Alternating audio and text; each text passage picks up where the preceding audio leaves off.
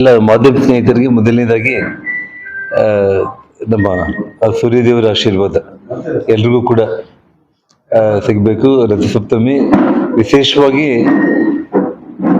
ಈ ಒಂದು ವರ್ಷ ಜನವರಿ 1ನೇ ತಾರೀಕೆ ನಮ್ಮ ಬಳ್ಳಾರಿ ನಗರದಲ್ಲಿ, ಅದು ನಮಗೆ ಇಂಗ್ಲಿಷ್ ಅವರು ಹೊಸ ವರ್ಷ ಆದರೂ ಕೂಡ ನಾವು ಅದನ್ನ ವಿಜೃಂಭಣೆಯಿಂದ ಆಚರಣೆ ಮಾಡ್ತೀವಿ.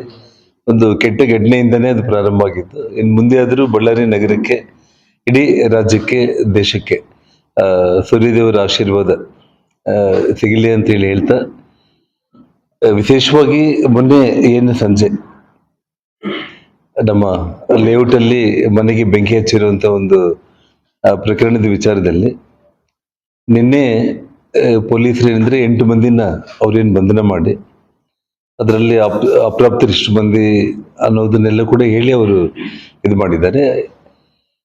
ಮೊದಲನೇದಾಗಿ ನಾನು ಹೇಳ್ಬೇಕು ಅಂತಂದ್ರೆ, ಅದು 100ಕ್ಕೆ 100 ಉದ್ದೇಶಪೂರ್ವಕವಾಗಿ ಆ ಒಂದು ಬೆಂಕಿಯನ್ನ ಅವ್ರು ಹಚ್ಚೋದ್ರ ಮೂಲಕ ಒಂದು ಭಯದ ವಾತಾವರಣ ಸೃಷ್ಟಿ ಮಾಡಬೇಕು ಅನ್ನುವಂಥದ್ದು ಸ್ಪಷ್ಟವಾಗಿ ಇವತ್ತು ನಮಗೆ ಕಂಡು ಬಂದಿರುವಂಥದ್ದು. ಇದರಲ್ಲಿ ಮುಖ್ಯವಾಗಿ ನಾನೊಂದು ಮೊದಲನೇದಾಗಿ ನಿಮಗೆ ಹೇಳ್ಬೇಕು ಅಂತಂದ್ರೆ, ಮಾಧ್ಯಮಗಳಲ್ಲಿ ನಾನು ಮಾತಾಡ್ತಾ ಇರುವಂತ ಸಂದರ್ಭದಲ್ಲಿ ಪೊಲೀಸ್ ಕಂಪ್ಲೇಂಟ್ ಅನ್ನ ಇವತ್ತು ನಾವು ರಿಜ್ವಾನ್ ಅಂತ ಹೇಳ್ಬಿಟ್ಟು ನಮ್ಮ ಸೈಟ್ ಇಂಜಿನಿಯರ್ ಅವರು ಕಂಪ್ಲೇಂಟ್ ಕೊಟ್ಟಿರುವಂತದ್ದು. ಆ ಘಟನೆ ಆದಾಗ, ಯಾಕಂದ್ರೆ ಅವರು ನಮ್ಮ ಹೊಸದಾಗಿ ಬಂದಿರುವಂತ SP ಮೇಡಮು ಅಲ್ಲಿ ಕೆಳಗಡೆ ಇರೋ ಅಧಿಕಾರಿಗಳ ಮಾಹಿತಿಯನ್ನ ಪಡ್ಕೊಂಡ್ಬಿಟ್ಟು ಅವ್ರು ನಿನ್ನೆ ಮಾಧ್ಯಮಗಳಿಗೆ ತರಾತುರಿಯಾಗಿ ಮೇಲ್ನೋಟಕ್ಕೆ ಹೀಗೆ ಕಂಡು ಬರ್ತಾ ಇದೆ ಅಂತ ಹೇಳಿ ಅವ್ರು ಕೆಲವೊಂದು ವಿಷಯಗಳನ್ನ ಹೇಳಿದ್ರು. ಆದ್ರೆ ಒಬ್ಬ ಪ್ರಾಮಾಣಿಕ ಅಧಿಕಾರಿ ಅನ್ನುವಂತ ಒಂದು ನಂಬಿಕೆ, ವಿಶ್ವಾಸ ಅವ್ರ ಮೇಲೆ ಎಲ್ರಿಗೂ ಕೂಡ ಇದೆ. ಬಳ್ಳಾರಿಯಲ್ಲಿ ಅವ್ರು ಬಂದ್ಮೇಲೆ ಬಹಳಷ್ಟು ಒಳ್ಳೇದಾಗ್ಬೋದು ಅಂತ ಹೇಳಿ. ಆದ್ರೆ ಅವರು ಕೆಳಗಡೆ ಇರುವಂತ ಅಧಿಕಾರಿಗಳು ಏನೇ ಹೇಳಿದ್ರು ಕೂಡ ಕೆಲವೊಂದು ವಿಷಯಗಳನ್ನ ಸಂಪೂರ್ಣವಾಗಿ ಅವರು ತಿಳ್ಕೊಂಡು ಮಾತಾಡ್ಬೇಕಾಗಿತ್ತು. ನಾನು ಕೆಲವೊಂದು ಕ್ಲಾರಿಟಿ ಕೊಟ್ಟು ಆಮೇಲೆ ಆ ಬೆಂಕಿ ಹಚ್ಚಿರೋ ಪ್ರಕರಣಕ್ಕೆ ನಾನು ಬರ್ತೀನಿ. ಮೊದಲನೇದಾಗಿ ನಮ್ಮ ಬಹಳಷ್ಟು ಮಂದಿ ನಮ್ಮ ಬಳ್ಳಾರಿ ಸೀನಿಯರ್ ಪತ್ರಕರ್ತರೆಲ್ಲ ಕೂಡ ಇದ್ದಾರೆ. ನಿಮಗೆಲ್ಲ ಕೂಡ ಗೊತ್ತಿರೋ ವಿಷಯ ಏನು ಅಂತಂದ್ರೆ, 2023 ತನಕ ಕೂಡ ಅಲ್ಲಿ G2 ಅನ್ನುವಂತ ಒಂದು ಸಂಸ್ಥೆ ನಮ್ಮ ಲೇಔಟ್ ನ ಮಾರ್ಕೆಟಿಂಗ್ ಅಗ್ರಿಮೆಂಟ್ ಅನ್ನ ನಮ್ಮ ಜೊತೆಯಲ್ಲಿ ಮಾಡ್ಕೊಂಡ್ಬಿಟ್ಟು, ಚೆನ್ನೈ ಮೂಲದ ಸಂಸ್ಥೆ ಅದು, ಅವ್ರು ಇಲ್ಲಿ ಬಳ್ಳಾರಿಗೆ ಬಂದು 23 ಮೇ ತನಕ ಕೂಡ ಅವ್ರಿಲ್ಲಿ ಪ್ರಾಪರ್ಟಿಗೆ ಸಂಬಂಧಪಟ್ಟು ಅಡ್ವರ್ಟೈಸ್ಮೆಂಟ್ಸ್, ಮಾರ್ಕೆಟಿಂಗ್ ಎಲ್ಲ ಕೂಡ ಮಾಡಿದ್ದು ನಿಮಗೆ ನೆನಪಿರ್ಬೋದು. ಮತ್ತೆ ಹೆಲಿಕಾಪ್ಟರ್ಸ್ ಮೂಲಕ ಕೂಡ ಕಸ್ಟಮರ್ಸ್ ಅನ್ನ ಆ ಎಂಟೈರ್ ಲೇಔಟ್, ಯಾಕಂದ್ರೆ 200 ಎಕರೆ ಲೇಔಟ್ ನ ತೋರಿಸ್ಲಿಕ್ಕೆ ಯಾರು ಓಡಾಡಿ ಕಷ್ಟ ಆಗುತ್ತೆ ಅಂತ ಹೇಳ್ಬಿಟ್ಟು ಜಿಲ್ಲಾಧಿಕಾರಿಗಳಿಂದನೇ ಪರ್ಮಿಷನ್ ತಗೊಂಡು ಹೆಲಿಕಾಪ್ಟರ್ಗಳ ಮೂಲಕನೇ ಎಂಟೈರ್ ಲೇಔಟ್ ಅನ್ನ ಅವರು ತೋರಿಸಿರುವಂತ ಒಂದು ವಿಷಯ ತಾವೆಲ್ಲರೂ ಕೂಡ ಗಮನಿಸಿರ್ತೀರಿ. ಅದಕ್ಕೆಲ್ಲ ಅಫಿಷಿಯಲ್ ರೆಕಾರ್ಡ್ಸ್. ಹೆಲಿಕಾಪ್ಟರ್ ಅಂದ್ರೆ ಜಿಲ್ಲಾಧಿಕಾರಿಗಳು ಪರ್ಮಿಷನ್ ಕೊಡದೇನೆ ಅಲ್ಲಿ ಹೆಲಿಕಾಪ್ಟರ್ಗಳು ಮೂವ್ಮೆಂಟ್ ಆಗ್ಲಿಕ್ಕಿಲ್ಲ. ಬಾಂಡ ಅಂದ್ರೆ 11 ವರ್ಷಗಳಿಂದ ಲೇಔಟ್ ಅಬೆಂಡೆಂಟ್ ಆಗಿ ಪ್ರಾಪರ್ಟಿ ಇದೆ ಅನ್ನುವಂತ ಅವರು SP ಅವ್ರ ಮಾತು ಅದು ಕರೆಕ್ಟ್ ಅಲ್ಲ ಅನ್ನೋದಕ್ಕೆ. ಯಾಕಂದ್ರೆ ಅವ್ರ ಮಾಹಿತಿ ತಿಳ್ಕೊಬೇಕಾಗಿತ್ತು, ಅಥವಾ ಕೆಳಗಡೆ ಅಧಿಕಾರಿಗಳು ಅವ್ರಿಗೆ ಸರಿಯಾಗಿ ಮಾಹಿತಿ ಕೊಡಬೇಕಾಗಿತ್ತು. ಒಂದು. ಎರಡನೇದು, 4 ತಿಂಗಳ ಹಿಂದೆನೆ ಕಂಪ್ಲೇಂಟ್ ಕೊಟ್ಟಿದ್ದ FIR ಕಾಪಿ ನಾನು ನಿನ್ನೆ ತಮಗೆಲ್ಲರೂ ಕೂಡ ತೋರಿಸಿದ್ದೀನಿ. ನಾನು ಅಂದ್ರೆ ಆ ಪ್ರಾಪರ್ಟಿಗೆ ಅವ್ರ ಮಾತುಗಳಲ್ಲಿ ಹೇಳಿದ್ದೇನೆಂದ್ರೆ, 11 ವರ್ಷಗಳಿಂದ ಇದು ಸರಿಯಾಗಿ ಮೇಂಟೈನ್ ಆಗದೆ ಇರುವಂತ ಅಬೆಂಡೆಂಟ್ ಪ್ರಾಪರ್ಟಿ ಅಂತ ಹೇಳಿರೋದು ಒಂದು. ಎರಡನೇದು, ಅಬೆಂಡೆಂಟ್ ಹೌಸ್ ಅಂತ ಹೇಳಿ ಬಳಸಿರುವಂತ ಪದ ಒಂದು. ಮತ್ತೆ ಅವರು ಪ್ರೈವೇಟ್ ಸೆಕ್ಯೂರಿಟಿನಾದ್ರೂ ಕೂಡ ಅಲ್ಲಿ ಅಟ್ಲೀಸ್ಟ್ ಇಡ್ಕೋಬೇಕಾಗಿತ್ತು ಅಂತ ಹೇಳಿ 3 ಪದಗಳನ್ನ ಹೇಳಿದ್ರು. ನಾನು ಆಸಿಫ್ ಮತ್ತು ಮಂಜುನಾಥ್ ಅನ್ನುವಂತ ಸೆಕ್ಯೂರಿಟಿ ಅಲ್ಲಿ ಇರೋ ಕಾರಣನೇ ಅಲ್ಲಿ ಆಗಿರುವಂತ ಕಳುವು ಪ್ರಕರಣಕ್ಕೆ 4 ತಿಂಗಳ ಹಿಂದೆ ಹೋಗಿ ಪೊಲೀಸರಿಗೆ ಕಂಪ್ಲೇಂಟ್ ಕೊಟ್ಟು 3ರನ್ನ ಬಂಧನ ಮಾಡಿರುವಂತ ವಿಷಯನೂ ತಮಗೆಲ್ಲ ನಾನು ನಿನ್ನೆ ಹೇಳಿರುವಂತದ್ದು, ಅದು ರೆಕಾರ್ಡ್ ಇದೆ. ಯಾರು ಆಸಿಫ್ ಮತ್ತು ಮಂಜು ಅನ್ನುವಂಥವ್ರು ಸೆಕ್ಯೂರಿಟಿ ಅವರು ಆ ರೌಂಡ್ ಹೊಡೆಯೋ ಟೈಮ್ನಲ್ಲಿ ಹೊಗೆ ಬರ್ತಾ ಇರೋದನ್ನ ಕಂಡು ಅಲ್ಲಿ ಅವ್ರು ಬಂದು ವಿಡಿಯೋ ಮಾಡ್ತಾ, ಅವ್ರು ಇಬ್ಬರೇ ಇರೋ ಕಾರಣ ಆ ಕಡೆ ಸುಮಾರು 10-15 ಮಂದಿ ಜನ ಇದ್ರು ಅನ್ನೋದು ಅವ್ರ ಕಣ್ಣಿಗೆ ಯಾವಾಗ ಮನೆ ಹತ್ರ ಅಷ್ಟು ಜನ ಇದ್ರಂತ ಗೊತ್ತಾಯ್ತು. ಅವ್ರಿಬ್ಬರೇ ಫೇಸ್ ಮಾಡ್ಲಿಕ್ಕೆ ಆಗದೆ ಇರೋ ಕಾರಣ ಇಮಿಡಿಯೇಟ್ ಆಗಿ ಆ ಸೈಟ್ ಇಂಜಿನಿಯರ್ ರಿಜ್ವಾನ್ ಅವ್ರಿಗೆ ಅವರು ಫೋನ್ ಮಾಡಿದ್ರು. ಫೋನ್ ಮಾಡಿದ್ಮೇಲೆ ರಿಜ್ವಾನು, ಇಮ್ರಾನ್ ಅವರು ಅಲ್ಲಿಗೆ ಏನ್ ಬಂದಿದ್ದಾರೆ, ನನ್ನ ಮಾತುಗಳಲ್ಲಿ ಮೀಡಿಯಾದಲ್ಲಿ ಹೇಳ್ತಾ ನಾನು ವಿಡಿಯೋ ಅವ್ರು ತಕ್ಕೊಂತಾನೆ ಬಂದ್ರು ಅಂತ ನಾನು ಹೇಳಿದೆ.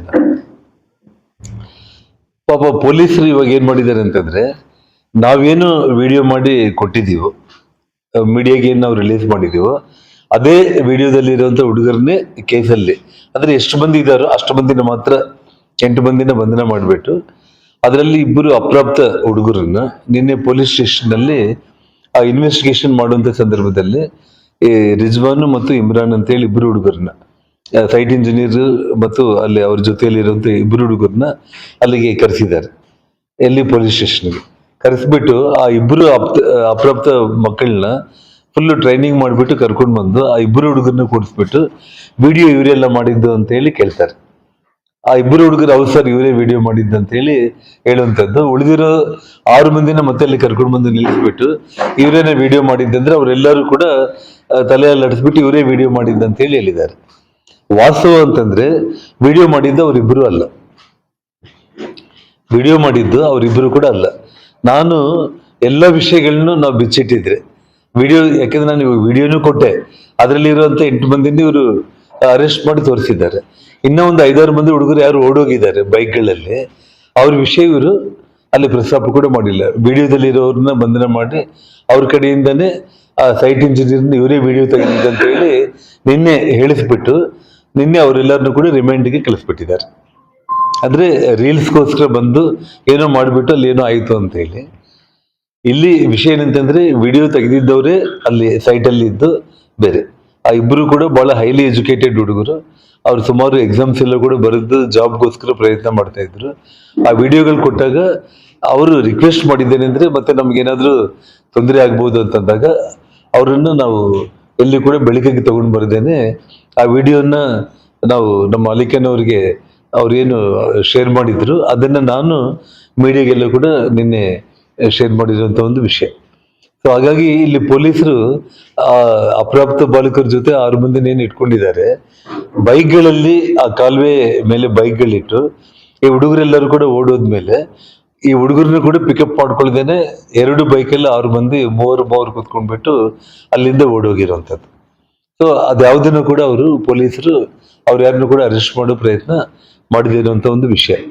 ಮತ್ತೆ ಇನ್ನೊಂದು ಬಿಲ್ಡಿಂಗ್ಗೆ ಸಂಬಂಧಪಟ್ಟು ಇವಾಗ ನಾನು ನಿಮ್ಗೇನಂತ ಹೇಳಿದ್ದೀನಿ, ಮಂಜುನಾಥ್ ಮತ್ತು ಆಸಿಫ್ ಅನ್ನುವಂತ ಹುಡುಗರಲ್ಲಿ ಏನು ಸೆಕ್ಯೂರಿಟಿ ಓಡಾಡ್ತಾ ಇದ್ದಾರೆ, ಬಿಲ್ಡಿಂಗ್ ಅನ್ನ ತುಂಬಾ ಅಚ್ಚುಕಟ್ಟಾಗಿ ಮೇಂಟೈನ್ ಮಾಡ್ತಾ ಇರೋದು, ಜೊತೆಗೆ ಬಿಲ್ಡಿಂಗ್ಗೆ ಡೋರ್ಸ್ ಆಗಲಿ ಗ್ಲಾಸ್ಗಳಾಗ್ಲಿ ಯಾವುದು ಕೂಡ ಏನೂ ಇದಾಗ್ಲಿಲ್ಲ. ಕಂಪ್ಲೀಟ್ ತರಾತುರಿಯಲ್ಲಿ ಗ್ಲಾಸ್ಗಳನ್ನ ಡೋರನ್ನ ಮುರಿಯಬಡ್ದು ಡ್ಯಾಮೇಜ್ ಮಾಡಿ ಒಳಗಡೆ ಹೋಗಿ ಕಂಪ್ಲೀಟ್ ಅವರು ಇವಾಗ ಒಂದು ಸಿಂಪಲ್ ಎಕ್ಸಾಂಪಲ್ ನಾನು ಹೇಳ್ತೇನೆ. ಬೆಂಕಿ ಏನಾದ್ರೂ ಹಿಂಗ್ ಕೆಳಗಡೆ ಬಿತ್ತು ಅಂದ್ರೆ ಅಂಟ್ಕೊಂಡು ಹೋಗ್ಲಿಕ್ಕೆ ಅದೇನಾದ್ರೂ ಒಂದು ಗುಡಿಸಲಿ ಅಥವಾ ಏನಾದ್ರೂ ವುಡನ್ ಇದಕ್ಕೆ ಸಂಬಂಧಪಟ್ಟು ಏನಾದ್ರೂ ಇದ್ರೆ ಅದು ಕೂಡ ಬೆಂಕಿ ಅಂಟ್ಕೊಂಡಿದೆ ಅಂದ್ರೆ ಅದಕ್ಕೆ ಒಂದು ಅರ್ಥ ಅನ್ನೋದಿದೆ. ಇಲ್ಲಿ ಬಹಳ ಸ್ಪಷ್ಟವಾಗಿ ಏನಂತಂದ್ರೆ ಒಂದು ಸಿಗರೇಟ್ ಕುಡಿಯುವಂತ ಒಂದು ಪ್ರಯತ್ನದಲ್ಲಿ ಯಾವುದೋ ಬಟ್ಟೆಗೆ ಬೆಂಕಿ ಹಚ್ಕೊಂಡು ಆ ಬೆಂಕಿ ಹಚ್ಕೊಂಡಿರೋ ಬಟ್ಟೆಯನ್ನ ಹಿಂಗೆ ಬಿಸಾಕ್ದ, ಅದಕ್ಕೆ ಕಂಪ್ಲೀಟ್ ಮನೆಯೆಲ್ಲ ಸುಟ್ಟೋಯ್ತು ಅನ್ನೋಂಥದ್ದು. ತಾವು ನ್ಯಾಚುರಲ್ ಆಗಿ ಬೇಕಾದ್ರೆ ನಾವೆಲ್ಲರೂ ಇಲ್ಲೇ ಕೂತ್ಕೊಳ್ಳೋಣ, ಇಲ್ಲೇ ಸ್ಕ್ರೀನ್ ಇದೆ, ಇಲ್ಲಿ ವುಡನ್ ಪ್ಯಾನೆಲ್ಸು ಇದೆ. ಬೇಕಾದ್ರೆ ನಾವು ಮಾಮೂಲು ಸಣ್ಣ ಬಟ್ಟೆ ಕೂಡ ಬೇಡ, ಬೇಕಾದ್ರೆ ಒಂದು 1x1 ಸೈಜ್ ಬಟ್ಟೆನೇ ತಗೊಂಡು ಬೇಕಾದ್ರೆ ನಾವು ಅದಕ್ಕೆ ಬೇಕಾದ್ರೆ ಕಿರೋಸಿನ್ ಪೆಟ್ರೋಲ್ ಬೇಕಾದ್ರೆ ಕೂಡ ಹಾಕಿ ಇದೇ ಟೇಬಲ್ ಮೇಲೆ, ಇದು ವುಡನ್ ಟೇಬಲ್ ಅಥವಾ ಇನ್ನೊಂದು ಇದ್ರ ಮೇಲೆ ನಾವು ಬೇಕಾದ್ರೆ ಹಾಕಿ ಒಂದು 5-10 ನಿಮಿಷ ನಾವು ಬೇಕಾದ್ರೆ ವೇಟ್ ಮಾಡೋಣ, ಬಿಲ್ಡಿಂಗ್ ಹತ್ಕೊಳ್ಳುತ್ತೆ ಅನ್ನೋದನ್ನ ನಾವು ಗಮನಿಸಬೇಕಾಗಿರುವಂತ ಒಂದು ವಿಷಯ ಇಲ್ಲಿ. ಅವನು ದೌಲ ಅಂತ ಹೇಳ್ಬಿಟ್ಟು ಒಂದು ದಿನಕ್ಕೆ 50 kg ಗಾಂಜಾವನ್ನು ಸೇಲ್ ಮಾಡ್ತಾರೆ ಅಂತ.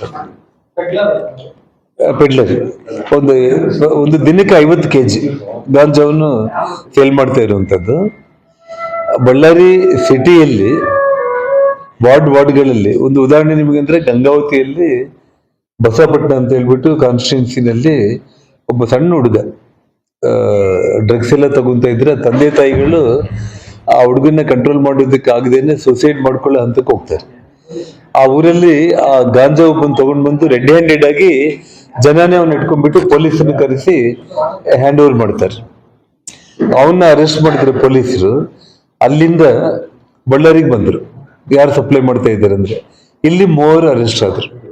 ಆ 3 ಅರೆಸ್ಟ್ ಆದವರು ಕೂಡ ಭರತ್ ರೆಡ್ಡಿ ಫಾಲೋಯರ್ಸ್ ಅಂತ ಹೇಳಿ ಅಲ್ಲಿ ಪೊಲೀಸರು ಬಂದು ನನ್ನ ಹತ್ರ ತಲೆ ಇಟ್ಕೊಂಡ್ಬಿಟ್ಟು ಹೇಳಿದ್ರು, ಸರ್ ಇವಾಗ ಅವ್ನು ದೌಲ ಅನ್ನುವಂಥವನು ಕಂಪ್ಲೀಟ್ ಅವನಿಗೆ ಒಂದು ತರ ಕಾಂಟ್ರಾಕ್ಟ್ ಕೊಟ್ಬಿಟ್ಟಿದ್ದಾನೆ ಭರತ್, ಈ ಗಾಂಜಾಗೆ ಸಂಬಂಧಪಟ್ಟು. ಬಳ್ಳಾರಿನಲ್ಲಿ ಮಾತ್ರ ಅಲ್ದಂಗೆ ಬಳ್ಳಾರಿನ ಬೇಸ್ ಮಾಡ್ಕೊಂಡು, ಅಂದ್ರೆ ಅವನಿಗೆ ಪೂರ್ತಿ ಸೆಕ್ಯೂರಿಟಿ ಇಲ್ಲಿದೆ, ಯಾರು ದೌಲಾಗೆ ಕಂಪ್ಲೀಟ್ ಭರತ್ ರೆಡ್ಡಿ ಕಡೆಯಿಂದ ಸಂಪೂರ್ಣ ಅವನಿಗೆ ರಕ್ಷಣೆ ಇಟ್ಕೊಂಡ್ಬಿಟ್ಟು ಪೊಲೀಸ್ ಅಧಿಕಾರಿಗಳು ಎಲ್ಲರೂ ಕೂಡ ನಿಮಗೆ ನೋಡ್ತಾ ಇದ್ದೀರಿ ಇವಾಗ.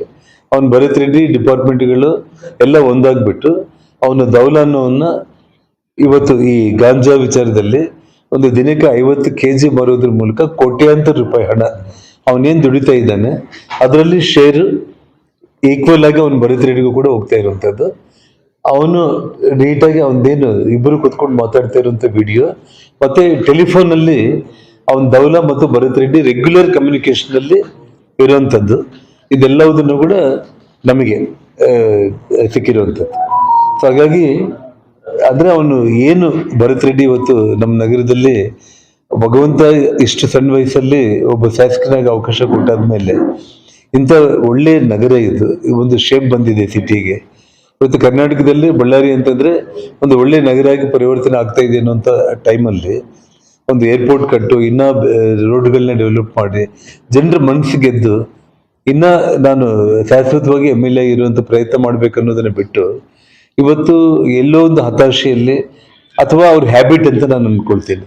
ನಾನು ಈ ಹಿಂದೆ ಹೇಳ್ತಾ ಇದ್ದೆ, ಯಾಕಂದ್ರೆ ತಂದೆ ಗುಣ ಮಕ್ಕಳಿಗೆ ಬರುತ್ತೆ ಅಂತ ಹೇಳಿ. ಅವರ ತಂದೆ ಹಿಂದೆ ಏನು ನಕ್ಸಲೈಟ್ಗಳನ್ನ ತಗೊಂಡು ಬಂದು ಕುರುಗೋಡಲ್ಲಿ ಶೆಲ್ಟರ್ ಕೊಟ್ಟು ವಿದೇಶಿ ವೆಪನ್ಗಳನ್ನ ಪಂಕಜ್ ಕುಮಾರ್ ಠಾಕೂರ್ SP ಇಡೀ ಮೀಡಿಯಾ ಮುಂದೆ ಅವ್ರು ಏನು ಡಿಸ್ಪ್ಲೇ ಮಾಡಿದ್ರು, ಅದೆಲ್ಲ ನಿಮ್ಮ ಹತ್ರ ಇರ್ಬೇಕು ಅನ್ಕೊಳ್ತೀನಿ. ಇಲ್ಲಾಂದ್ರೆ ನಾನು ಇವಾಗ ನನ್ನ ಹತ್ರ ಇದೆ, ಪ್ರೆಸ್ ಮೀಟ್ ಮಾಡಿ 4-5 ಮಂದಿ ನಕ್ಸಲೈಟ್ಗಳನ್ನ ಅರೆಸ್ಟ್ ಮಾಡಿ ಆ ವೆಪನ್ಸ್ ಅನ್ನ ಡಿಸ್ಪ್ಲೇ ಮಾಡಿದ್ರು. ಮತ್ತು ಅವ್ರ ತಂದೆ ಕೂಡ ಯಾವತ್ತು ಕ್ರಿಮಿನಲ್ಸ್ ಜೊತೆಯಲ್ಲಿ ಕೂತ್ಕೊಂಡು ದಿನ ಸಾಯಂಕಾಲ ಆದ್ರೆ ಪಾರ್ಟಿ ಮಾಡ್ಕೊಳ್ಳುವಂತ ಹ್ಯಾಬಿಟ್, ಇವನಿಗೂ ಅದೇ ಲಕ್ಷಣ ಬಂದಿದೆ. ಅನಾವಶ್ಯಕವಾಗಿ ಸಿಟಿಯಲ್ಲಿ ಯೂತ್ನ ಒಳ್ಳೆ ಹಾದಿಯಲ್ಲಿ ತಗೊಂಡೋಗ್ಬಿಟ್ಟು ಕನ್ಸ್ಟ್ರಕ್ಟಿವ್ ಯೋಚನೆ ಮಾಡಿ ಅವ್ರಿಗೆ ಇನ್ನ ಒಳ್ಳೆ ಬದುಕೋದಿಕ್ಕೆ ಮಾರ್ಗಗಳನ್ನ ತೋರಿಸಿ ಒಳ್ಳೆ ರೂಟಲ್ಲಿ ತಗೊಂಡೋಗೋದನ್ನ ಬಿಟ್ಟು ಯಂಗ್ಸ್ಟರ್ಸ್ಗೆ ಕಂಪ್ಲೀಟ್ ಈ ಗಾಂಜಾಗಳನ್ನ ಕ್ರಿಮಿನಲ್ ಆಕ್ಟಿವಿಟಿಗಳಲ್ಲಿ ಬೆಳೆಸಿ ಅದರಿಂದ ದುಡ್ಡು ಮಾಡ್ಕೊಳ್ಳೋಂತ ಒಂದು ಪ್ರಯತ್ನ ಅವನೇನ್ ಮಾಡ್ತಾ ಇದ್ದಾನೆ, ಇದು ಬಹಳ ಒಂದು ಆಘಾತಕಾರಿ ವಿಷಯ. ಬಳ್ಳಾರಿ ಈ ರೀತಿ, ನಾನು ನಿನ್ನೆ ಒಂದು ಮಾತನ್ನ ಹೇಳಿದೆ, ಇವನು ಈ ರೀತಿ ಮುಂದುವರೆದ್ರೆ ಈ ಕ್ರಿಮಿನಲ್ ಇನ್ನ ಬಲಿಷ್ಠ ಆದ ಅಂತಂದ್ರೆ ಬರೋ ದಿನಗಳಲ್ಲಿ ರಾಜ್ಯಕ್ಕೆ ಇವನು ದೊಡ್ಡ ಅಪಾಯಕಾರಿ ಶಾಸಕ ಇವನು ಆಗ್ತಾನೆ. ಹಾಗಾಗಿ ಇಂಥ ಕ್ರಿಮಿನಲ್ಸ್ಗಳನ್ನ ಆ ದೌಲ ವಿಡಿಯೋನು ಕೂಡ ನಾನು ನಿಮಗೆ ಎಲ್ಲದನ್ನು ಕೂಡ ಭರತ್ ರೆಡ್ಡಿ ಜೊತೆ ಆಲ್ರೆಡಿ ಗ್ರೂಪ್ಗಳೆಲ್ಲ ಹಾಕಿದ್ದಾರೆ.